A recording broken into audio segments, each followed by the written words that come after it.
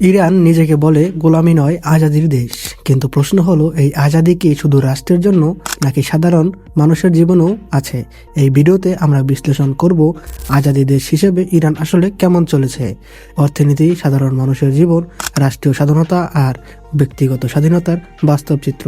এই ভিডিও কোনো পক্ষপাত্র ছাড়া বাস্তব ও তথ্য বিশ্লেষণের ভিত্তিতে তৈরি করা হয়েছে। তো চ্যানেলে নতুন হয়ে থাকলে চ্যানেলটা অবশ্যই সাবস্ক্রাইব করবেন, ভিডিওটা ভালো লাগলে একটা লাইক দিয়ে দিবেন। তো চলেন শুরু করি। ইরান বিশ্বের হাতে গোনা কয়েকটি দেশের মধ্যে একটি, যারা সরাসরি কোনো পরশক্তির কথায় চলে না, আমেরিকা বা ইউরোপের চাপ মানে না, নিজের পররাষ্ট্রনীতি নিজেই ঠিক করে। বহু বছর নিষেধাজ্ঞার মধ্যেও টিকে আছে।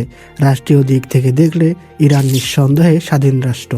এই স্বাধীনতার মূল দর্শন দেন ইরানের সর্বোচ্চ নেতা আয়াতুল্লাহ আলী খামেনি।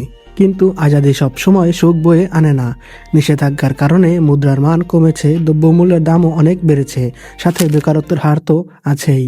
তবুও ইরান নিজস্ব তেল, গ্যাস, সামরিক শিল্প আর কৃষির উপর নির্ভর করেই চলেছে। অনেক ইরানি বলে, দারিদ্রতা থাকলেও পরাধীনতা নেই আমাদের মধ্যে, আমরা সকলেই স্বাধীন। এখানেই আসে সবচেয়ে সংবেদনশীল বিষয়। ইরানের শিক্ষা ও চিকিৎসা তুলনামূলকভাবে সস্তা, নিরাপত্তা ব্যবস্থাও খুব শক্ত, কিন্তু পোশাক ও সামাজিক আচরণে কড়াকড়ি। সরকারের সমালোচনা সহজ না, মিডিয়া ও মত প্রকাশ সীমিত। তাই প্রশ্ন ওঠে, আজাদি কি শুধু রাষ্ট্রের, নাকি জনগণেরও হওয়া উচিত? ইরানের তরুণরা আজ দুই ভাগে বিভক্ত। একদল বলে স্বাধীন রাষ্ট্রই আসল গর্ব, আরেক দল বলে ব্যক্তিগত স্বাধীনতা ছাড়া রাষ্ট্রীয় আজাদি অসম্পূর্ণ। এই দ্বন্দ্বই আজকের ইরানের বাস্তবতা। তাহলে আজাদি দেশ ইরান কেমন চলছে? উত্তর সহজ।